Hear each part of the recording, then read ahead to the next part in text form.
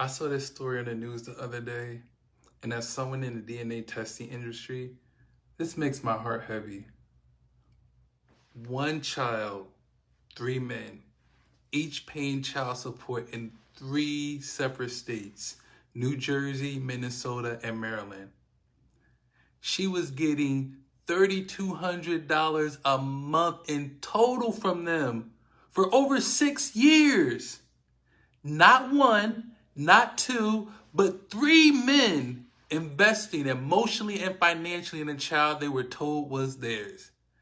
This isn't just fraud, this is diabolical.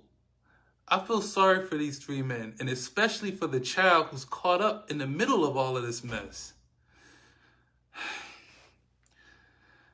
See, this is why I do what I do. So families don't have to guess. So children know where they come from.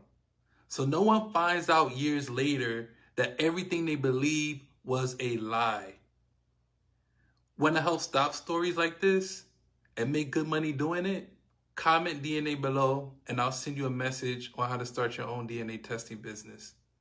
Enough is enough.